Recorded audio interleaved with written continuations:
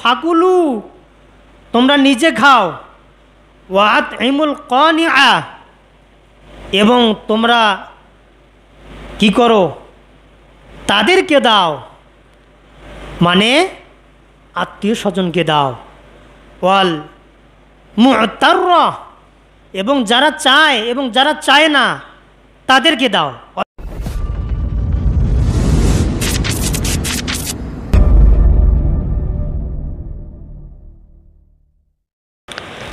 আসসালামু আলাইকুম ওয়া রাহমাতুল্লাহি ওয়া বারাকাতুহু।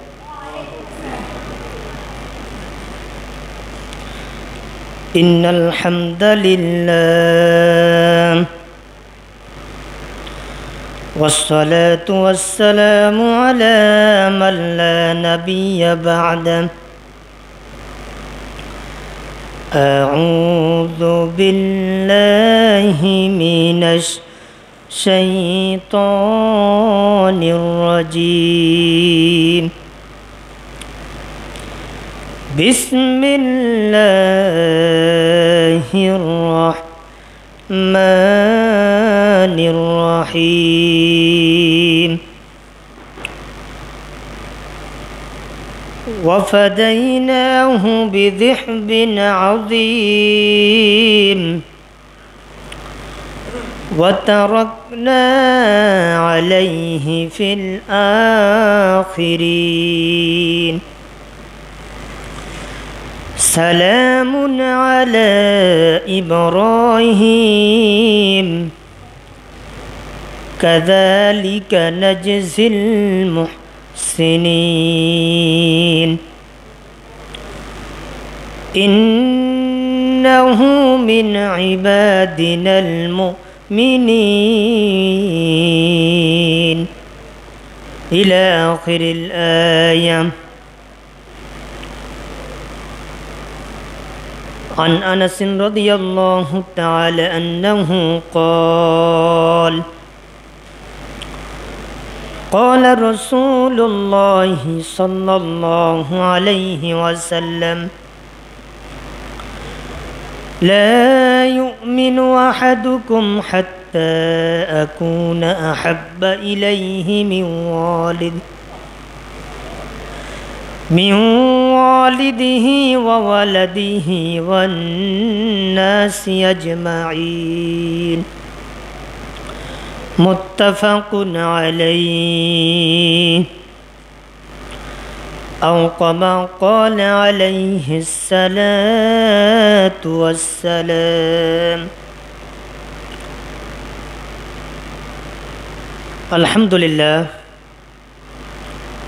সমস্ত প্রশংসা সেই মহান আল্লাহ রব্বুল ইজ্জত ওয়াল জালালের দরবারে আদায় করছি। আজকে আমাদেরকে জিলহজ মাসের গুরুত্বপূর্ণ জুমার দিনে আল্লাহ পাক আমাদেরকে হায়াত রেখে সুস্থ রেখে আমাদেরকে কবুল করেছেন। আসার বসার তৌফিক আল্লাহ পাক আমাদেরকে দান করেছেন। সেই মহান আল্লাহ সুবহানাহু ওয়া তাআলার দরবারে আমরা শুকরিয়া আদায় করছি, বলেন আলহামদুলিল্লাহ। লক্ষ কোটি দরুদ সালাম বর্ষিত হোক আমার আপনাদের নবী সাইয়্যিদুল মুরসালিন, যিনি সমস্ত নবীদের সর্দার, সেই রাসূলের শানে, সেই রাসূলের প্রতি আমরা ছোট্ট একটি দরুদ ও সালাম পেশ করছি। আমরা সকলে বলছি সাল্লাল্লাহু আলাইহি ওয়াসাল্লাম। সম্মানিত উপস্থিতি, আজকে আমি আপনাদের সামনে পবিত্র কোরআনুল কারীম থেকে সূরা আস-সাফফাত থেকে 5টি আয়াত আপনাদের সামনে উপস্থাপন করলাম। এর সাথে সাথে সহিহ বুখারী মুসলিম যৌথ দুইটি কিতাব থেকে মুত্তাফাকুন আলাইহি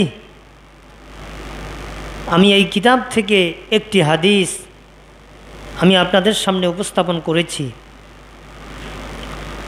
আল্লাহ পাক রব্বুল আলামিন আমাদেরকে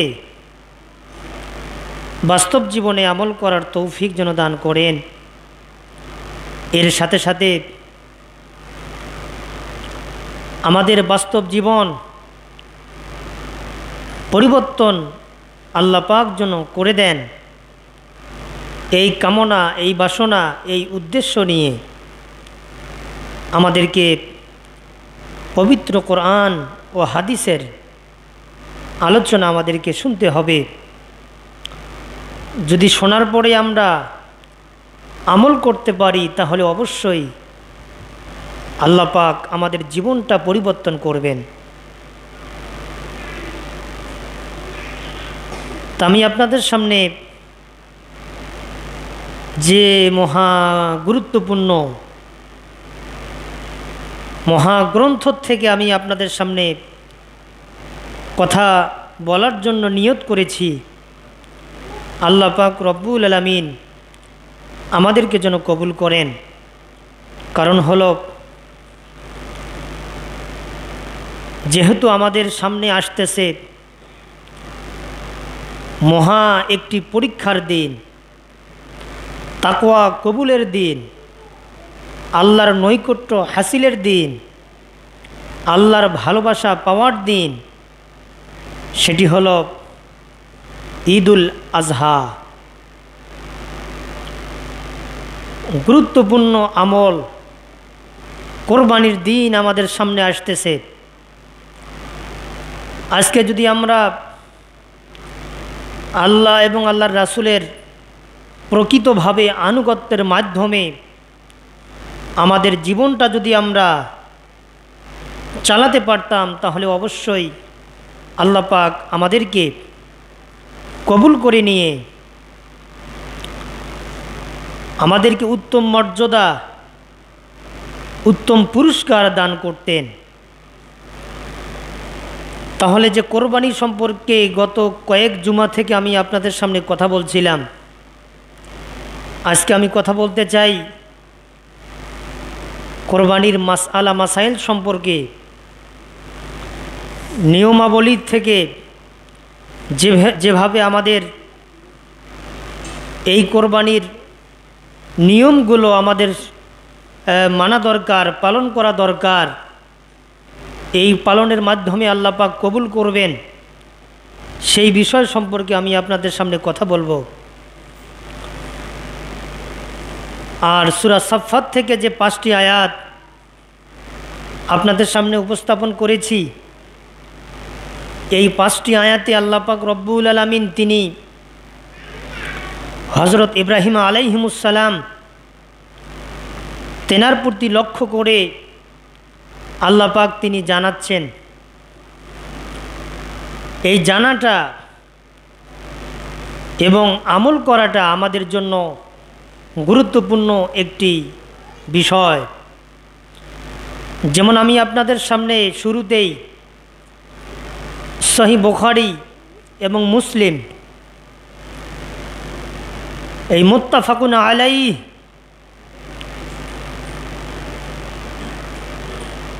এই যৌথভাবে হাদিস বর্ণিত হয়েছে বুখারী এবং মুসলিম। যে একটা হাদিস আমি আপনাদের সামনে উপস্থাপন করেছি, এই হাদিসটি প্রমাণ করে যে আল্লাহর রাসূলের মোহাব্বত, ভালোবাসা যদি আমরা পাইতে চাই, আমরা অর্জন করতে চাই, তাহলে দুনিয়ার থেকে, সন্তানদের থেকে, পিতামাতাদের থেকে রাসূলের মোহাব্বত, রাসূলের ভালোবাসা সব থেকে বেশি প্রাধান্য দিতে হবে। যেমন একটা কিতাব আমার কাছে রয়েছে, আল-লু'লু'উ ওয়াল মারজান। এই কিতাবটি মিশর থেকে ছাপানো। এই কিতাবের কিতাবুল ঈমান অধ্যায়ের 18 নম্বর হাদিস আমি আপনাদের সামনে উপস্থাপন করেছি। আল্লাহর নবী সাল্লাল্লাহু আলাইহি ওয়াসাল্লাম তিনি বলেছেন, এই হাদিসটির রাবি হচ্ছে হযরত আনাস রাদিয়াল্লাহু তাআলা আনহু তিনি বলছেন, লা ইউমিনু আহাদুকুম হাত্তা আকুনা হাব্বা ইলাইহি মিন ওয়ালিদিহি ওয়া ওয়ালাদিহি ওয়ান নাসি আজমাইন। এই হাদিসটি আসছে সহিহ বুখারী, হাদিস নাম্বার হচ্ছে 12। আবার মুসলিমে আসছে হাদিস নাম্বার 18। তাহলে এই হাদিসের মধ্যে আল্লাহর নবী কি বলতেছেন একটু লক্ষ্য করতে হবে আমাদেরকে। আল্লাহর নবী বলছে লা ইউমিনু, লা না ইউমিনু, তোমরা মোমেন নও, তোমরা ইমানদার নও। হাত্তা আকুনা আহাব্বা, ততক্ষণ না পর্যন্ত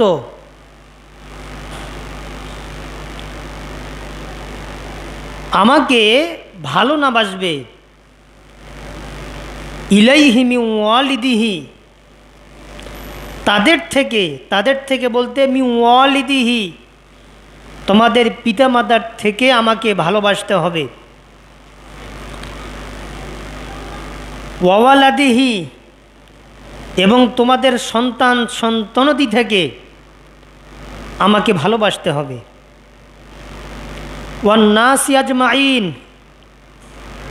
দুনিয়ার সমস্ত মানুষের থেকে আমাকে ভালোবাসতে হবে।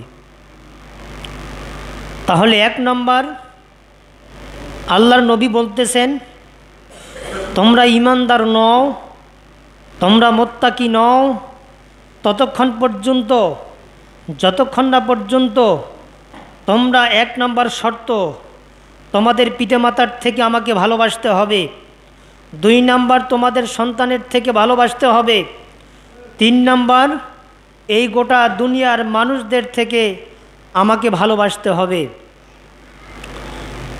যদি আমাকে ভালোবাসো তাহলে অবশ্যই তোমরা প্রকৃত ঈমানদার। বলেন সুবহানাল্লাহ। তাহলে রাসূলের ভালোবাসা মোহাব্বত এটাই সবথেকে অগ্রাধিকার দিতে হবে। আর গোটা দুনিয়া কোথায় যাক, আমার সন্তানের ভালোবাসার থেকে রাসূল, আমাদের স্ত্রীদের থেকে রাসূল, আমাদের বাবা মার থেকে রাসূল, গোটা দুনিয়ার মানুষদের থেকে রাসূল। যদি আমরা রাসূলকে ভালোবাসি তাহলে অবশ্যই আল্লাহ পাক রব্বুল আলামিন আমাদেরকে মোহাব্বত করে ভালোবেসে সেই পরকালীন জীবনের শাফায়াত গ্রহণ করে আমাদেরকে আল্লাহ পাক জান্নাতের ব্যবস্থা করবেন। বলেন সুবহানাল্লাহ। আল্লাহ পাক রব্বুল আলামিন বলছেন, কুল আতিউল্লাহ ওয়া আতিউর রাসূল, তোমরা আনুগত্য করো রাসূলের, তোমরা আনুগত্য করো আল্লাহর। প্রথমে শর্ত লাগিয়েছেন কুল আতিউল্লাহ, তোমরা আল্লাহর আনুগত্য করো। 2 নম্বর ওয়া আতিউর রাসূল, তোমরা রাসূলের আনুগত্য করো। এর মধ্যেই কল্যাণ, এর মধ্যেই কল্যাণ রয়েছে। তাহলে সম্মানিত উপস্থিতি, তা রাসূল ছাড়া আমাদের কোনো কল্যাণ হতে পারে না। যদি কেউ কল্যাণ খুঁজতে চায়, যদি কেউ কল্যাণ বাঁচতে চায় তাহলে আসতে হবে রাসূলের কাছে। এজন্য আল্লাহ পাক রব্বুল আলামিন রাসূলের মাধ্যমে জানাচ্ছেন যে কোরবানির মাধ্যমে সবথেকে বড় পরীক্ষা, কোরবানির মাধ্যমে আল্লাহর জন্য উৎসর্গ করা একটা আল্লাহর নৈকট্য অর্জনের মাধ্যম। যেমন গত জুমায় আমি আপনাদের সামনে কথা বললাম সূরা সাফফাত থেকে, যে হযরত ইব্রাহিম আলাইহিমুসসালাম তিনি স্বপ্নের মধ্যে দেখতেছেন আল্লাহ পাক তাকে দেখাচ্ছেন যে তোমার সন্তানকে কোরবানি করতে হবে। স্বপ্নের দিন ওই রাতে স্বপ্ন দেখার পরে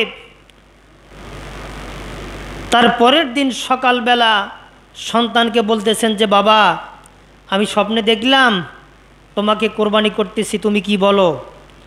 সন্তান বলতেছেন, তোমাকে যা আদেশ করা হয়েছে তুমি ওই আদেশ ফলো করে, ওই আদেশ মান্য করে তোমার কাজ তুমি সমাপ্ত করো। এ কথা বললেন। এ কথা বলার পরে আবার যখন কোরবানি করার জন্য সন্তানকে মাটির মধ্যে শুইয়ে দিয়েছেন, এখন কোরবানি হবে। এখন যে কোরবানি হবে, এই কোরবানিটা আল্লাহ পাক রব্বুল আলামিন যখন দেখতেছেন, হজরত ইব্রাহিম আলাইহিমুসসালাম শেষ বয়সে একটা সন্তান পাওয়ার পরেও আল্লাহ আদেশ করলেন যে তোমার সন্তানকে কোরবানি করো। এটা ছোটো মোটো পরীক্ষা নয়, এটা অনেক বড় পরীক্ষা। এটা এমন একটা পরীক্ষা, ৮৬ বছর বয়সে একটা সন্তান পাইলেন, আবার যখন সন্তানের বয়স ৮, তখন পরীক্ষা, আল্লাহ পাক পরীক্ষার মধ্যে ফেলে দিলেন, সন্তানকে কোরবানি করো। সাথে সাথে রাজি হয়ে গেলেন। আবার সন্তানকে যখন এই কোরবানির জন্য মাটিতে শুয়ে দিলেন, দেওয়ার পরে আল্লাহ পাক আদেশ করলেন এখন কোরবানি করো। একটা ধারালো ছুরি নিয়ে সন্তানের গলায় এভাবে চালাবেন, চালাননি, চালাবেন। এখানে কিছু কিছু আমাদের অজ্ঞতার বিষয় আছে। যারা হাদিস কোরআন স্টাডি না করে বক্তব্য দেয়, সমাজের মধ্যে অনেক আলেম ওলামা আছে, আমি তাদের প্রতি দৃষ্টি আকর্ষণ করছি। এখানে আমাদের বুঝার ভুল। কারণ হলো, যখন অনেকে আসে অনেক ছোট ছোট বইগুলো পড়ে অনেকে বক্তব্য দিচ্ছে, কিন্তু আসলে মূল কিতাব যাদের হাতে নাই, যাদের নজরে নাই, যারা পড়ে না, তাদেরকে লক্ষ্য করতেছি। অনেক বইতে লেখা আছে, যখন ইব্রাহিম আলাইহিমুসসালাম তার সন্তান ইসমাইলকে শোয়াই দিয়ে ছুরি নিয়ে গলার মধ্যে ফোঁসায়, একে একে 3 বার ফোঁসাইতে থাকে, কিন্তু গলা কাটা যায় না। তারপরে রাগ করে কি করছে, ওই ছুরিটা রাগ করে এভাবে দূরে নিক্ষেপ করছে। ওই ছুরিটা পাথরের মধ্যে লাগছে, লাগার পরে সাথে সাথে পাথর খণ্ড বিখণ্ড হয়ে গেছে। আবার আরেকটা মিথ্যা কথা চালু আছে, সেটা হলো সন্তানকে যখন প্রথমে ছুরি চালাচ্ছেন, ওই মুহূর্তে গলা কাটা যায় না, কোরবানি হচ্ছে না। ওই মুহূর্তে ইসমাইল আলাইহিমুসসালাম তার পিতাকে বলল যে বাবা, যেহেতু আমি কোরবানি হচ্ছি না, আমার মনে হচ্ছে তোমার মায়া আসতেছে অন্তরে, এজন্য তুমি আমার কাপড়টা নিয়ে আমার চোখে তুমি বেঁধে দাও। আমার চোখে বেঁধে দিলে বা অথবা তোমার নিজের চোখে তুমি বেঁধে নাও, অথবা আমার চোখে বেঁধে দাও।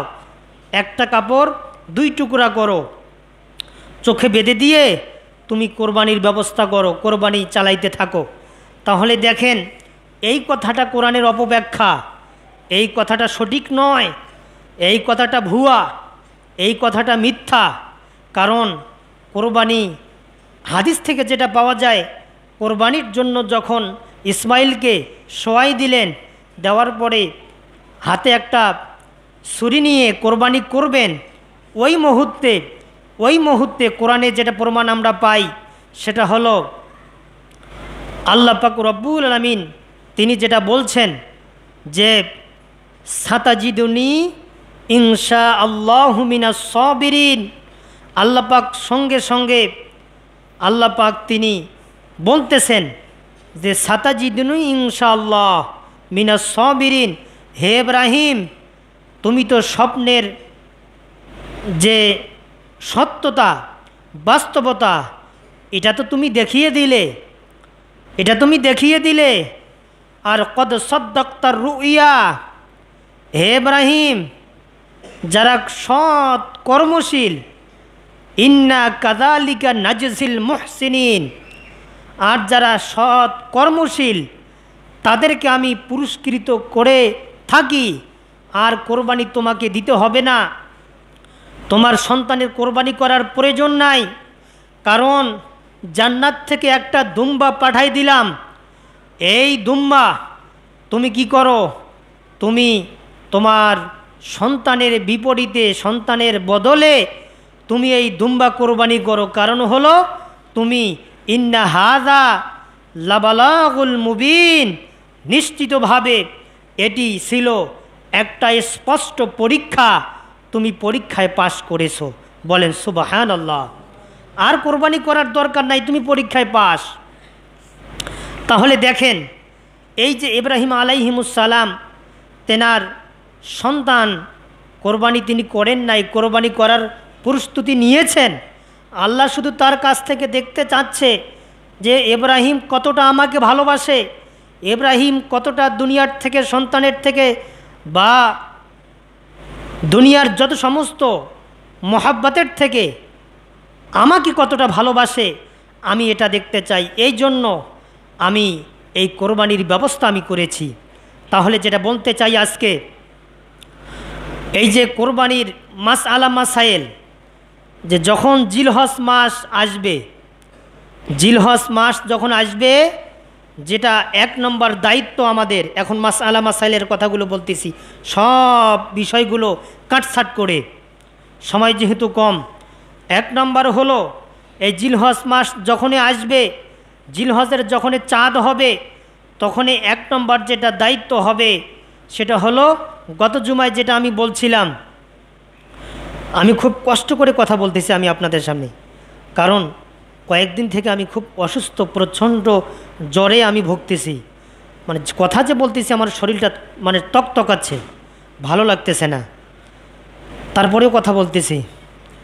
তা 1 নম্বর হলো, গত জুমায় আমি কথা বলছিলাম যে 1 নম্বর যেটা দায়িত্ব সেটা হলো চুল, দাড়ি, নখ এগুলো কর্তন না করা। কি না করা? না কাটা। কর্তন মানে না কাটা। তাহলে জিলহজ মাসের চাঁদ যখনই আসবে, কোরবানি করার আগ পর্যন্ত নখ কাটা যাবে না, চুল কাটা যাবে না, তারপরে দাড়ি শেভ করা যাবে না। শেভ বলতে অনেকে সাইজ করে, এই সাইজগুলো করা যাবে না। এটা যদি কেউ না করে, তাহলে হাদিসটি আমি দেখলাম আজকে মুসনাদে আহমদ, সকালে দেখলাম, শুধু এই হাদিসটাই দেখছি আজকে, যেহেতু খুব অসুস্থ, বিছানার থেকে শুয়ে তারপর আসলাম, 2 দিন থেকে বিছানাতে আছি। শুধু আল্লাহর কাছে কামনা করতেছি, আল্লাহ জুমার নামাজটা শুধু যেন পড়াইতে পারি, এই কামনা করলাম, আল্লাহর কাছে দোয়া করলাম। তা আল্লাহ পাক কবুল করছে আমার দোয়াটা। তা আল্লাহ পাক রব্বুল আলামিন যে মুসনাদে আহমদ হাদিস নাম্বার হলো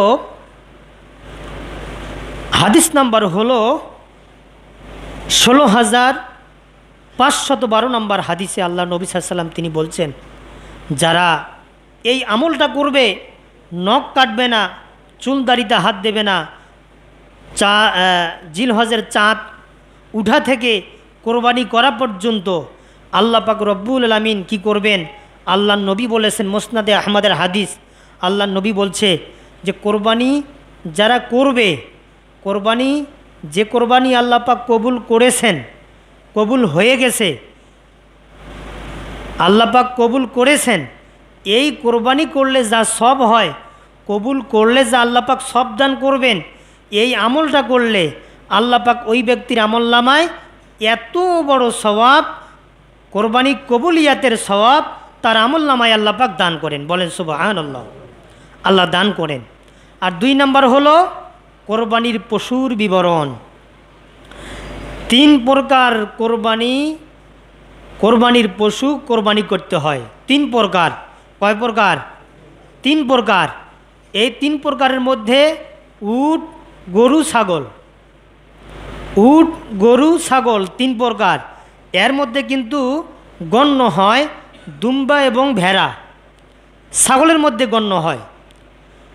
তা হাদিস থেকে যেটা আমরা পাই, অথবা কোরআন থেকে সূরাতুল আনআম 143 নম্বর আয়াত, আমরা যেটা দলিল সাপেক্ষে যেটা পাই, এই পশুগুলো ছাড়া অন্য পশু দিয়ে, অন্য প্রাণী দিয়ে আল্লাহর নবী কোরবানি করেছেন, এরকম দলিল আমরা পাই না। তাহলে এই 3 প্রকার, এই 3 প্রকার প্রাণী দিয়ে আমাদেরকে কোরবানি করতে হবে। উট, গরু, ছাগল অথবা দুম্বা, ভেড়া। এগুলোর বয়স 1 বছর থাকতে হবে, নিম্নে 1 বছর। এই 1 বছর, যেমন ছাগল 1 বছর লাগবে।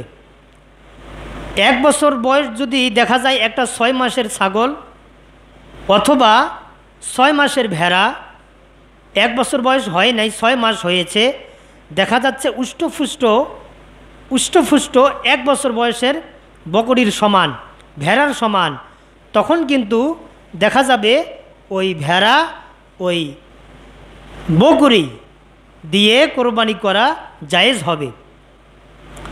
তারপরে হচ্ছে 3 নাম্বার যেটা আমরা পাই, মুসিন্নাহ। এটা একটা বাক্য, হাদিসের বাক্য।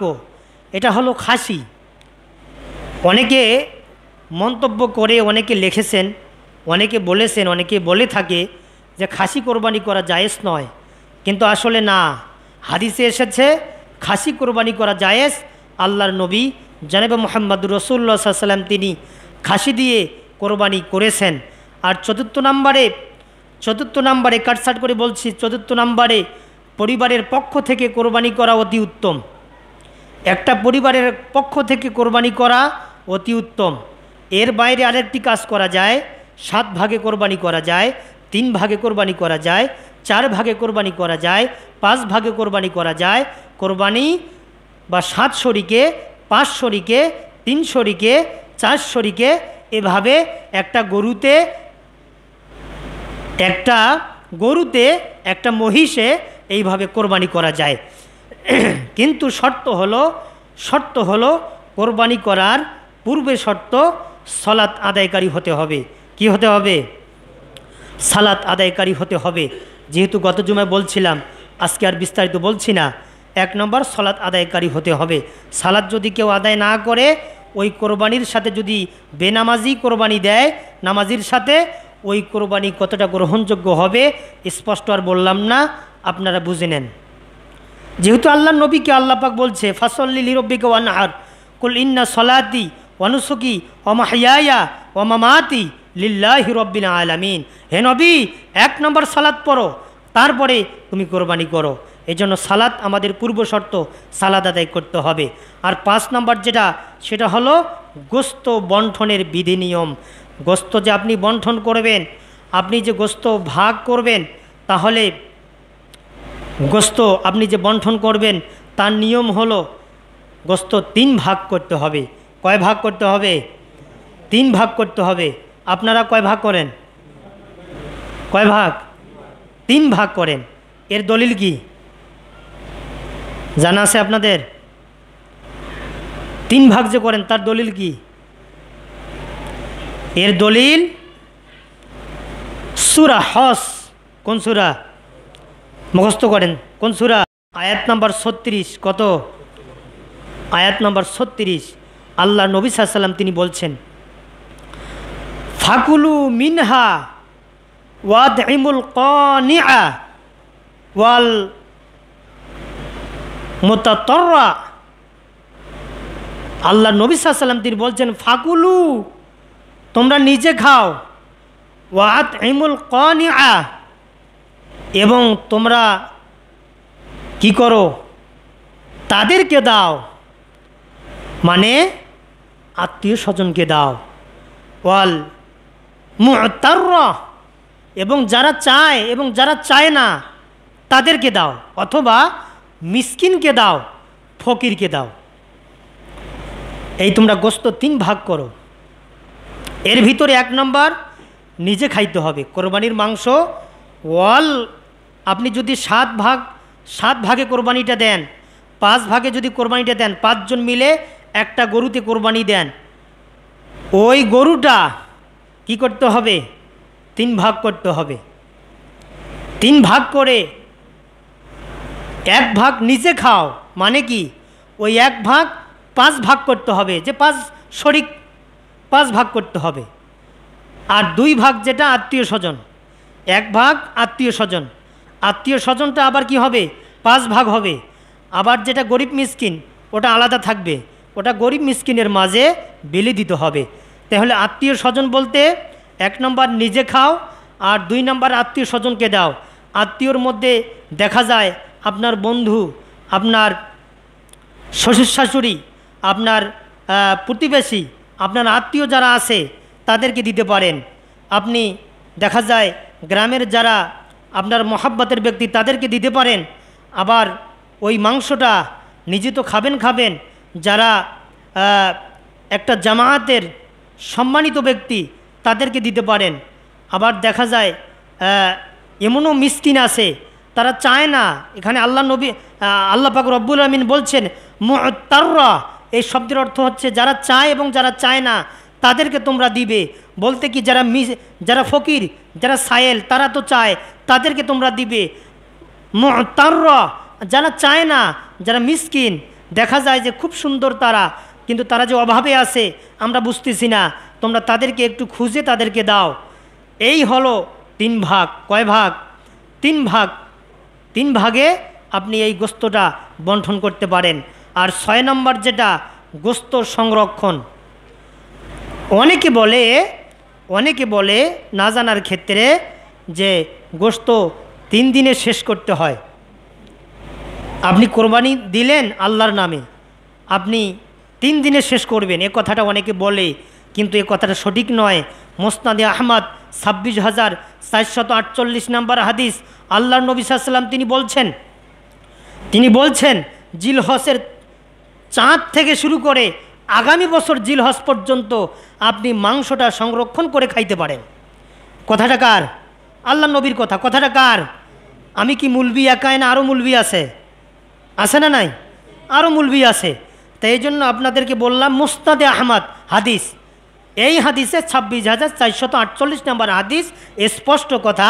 আল্লাহর নবী বলছে জিলহজ থেকে আগামী বছরের জিলহজ পর্যন্ত 1 বছর যদি আপনি এই মাংসটা সংরক্ষণ করে সারা বছর খেতে পারেন, আপনি খাইতে পারেন। কিন্তু শুধু 3 দিন আপনি যদি মনে করেন যে আমি 3 দিনে শেষ করব, এটা আপনার ব্যাপার, কিন্তু এটা বিধান মেনে নেওয়া যাবে না যে 3 দিনে আমি খাবো, 3 দিনে শেষ করব, এটাই বিধান। 3 দিনের বেশি হলে সমস্যা আছে, এ কথা মনে করা যাবে না। আপনি 1 বছরও খাইতে পারেন ওই মাংস। তা যাই হোক, সম্মানিত উপস্থিতি, যে কথাটা আমি বলতে চাচ্ছি সেটি হলো যে আমরা কোরবানি করব, এই কোরবানিটা খাওয়ার উদ্দেশ্যে নয়, এটা আল্লাহর রাস্তায়, আল্লাহর নৈকট্য হাসিলের জন্য, আল্লাহর মহব্বতের জন্য, আল্লাহর ভালোবাসার জন্য এই কোরবানিটা হবে। কিসের জন্য হবে? আল্লাহর নৈকট্য হাসিলের জন্য এই কোরবানিটা হবে। তা সম্মানিত উপস্থিতি, আমি আলোচনা শেষ করলাম। আমি খুব কষ্ট করে কথা বলতেছি, আলোচনা আজকে শেষ করলাম, 1টায় 32 হয়ে গেল।